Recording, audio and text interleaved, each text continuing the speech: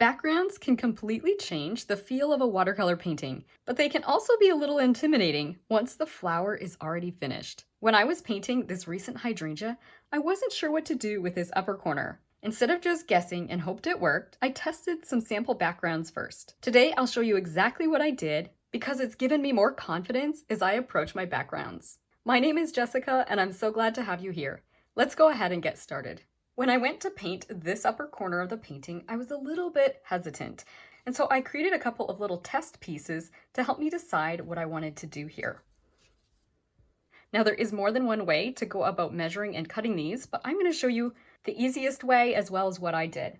Here I have my hydrangea outline, and so what I'm going to do is just cut out the background shape for just this little area of the painting. Now in some cases it works to just cut out the background. In this case, I wanted to include the leaves as a part of my little sample because I wanted to figure out how I was going to incorporate them into the background so that they still stood out as individual leaves and yet also kind of worked harmoniously with the background. And so in this case, I actually included the leaves in my little cutout. And if you don't happen to have an outline, maybe you've created something on your own, this is your other option. You could take a piece of tracing paper, which is what I did. I had a piece of tracing paper and I just went ahead, laid the tracing paper directly onto my painting, and then I used a pencil to be able to trace out those shapes.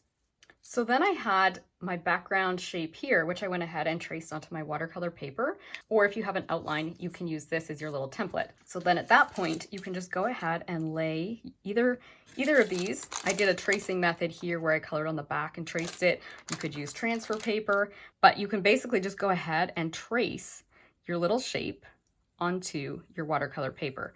Now I did use Arches 140-pound cold press for my sample just because I wanted it to behave the same as my painting.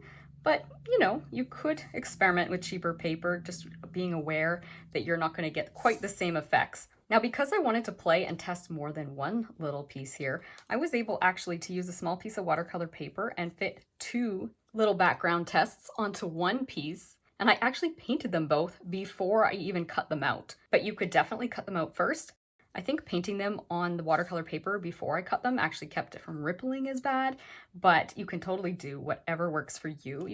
You can see here, I did just use a scrap of watercolor paper that I had already used for something else. This is a great time to use some of your paintings that were duds or maybe practice pieces. You definitely don't have to use a brand new piece of watercolor paper for this. Then once I was happy with my little samples, I went ahead, cut them out, and I brought in my painting, which at that point, of course, still did not have the painted background. And here you can see I'm kind of comparing my samples to decide which one I like better. And I actually thought initially that I wanted to go with the lighter piece. I felt that the one with some more of the light and purple made the painting a little bit brighter, but as I carried on with the painting, I ended up switching over to go a little bit darker because as you can see in the end, I ended up with kind of a soft bluey green color back here because it ended up allowing some of these lighter petals on this side of the painting to really pop and stand out for the light petals that they were. And so that's why I did end up going just a little bit darker in this background. So even though these initial little samples gave me some guidance to get started, the nice thing about this particular painting is that I was working light enough that I could just glaze more color on. And so even though my little sample tests were really helpful, I still had flexibility to play. On the other hand, when I painted these violets, I came in pretty dark early on. And as you know, it's quite difficult to lift a dark background out compared to just glazing on more color. And so I kind of ended up feeling stuck with my dark background, but this would have been an ideal painting to have taken the background shape. And in this case, the background shape would have been pretty simple. There is no extra leaves back here. I could have just cut this shape out, traced it onto some watercolor paper, and tested some different colors back here, and I might have been able to get something softer before jumping in to something that was quite so dark. In the end, it worked out, and I ended up creating harmony by keeping things quite dark within this leaf area here. But had I taken some time to do some test backgrounds, I might have ended up with a different result. The biggest lesson I learned from doing this painting was to take the time and do a little bit of testing before committing. And this simple method for testing background colors gave me more confidence when I approached the painting itself. If you're interested in purchasing either of these tutorials, you can find them both on my Etsy shop. This watercolor violet actually served as a perfect stepping stone into some of the techniques and concepts that I went ahead and taught in greater depth in this hydrangea painting.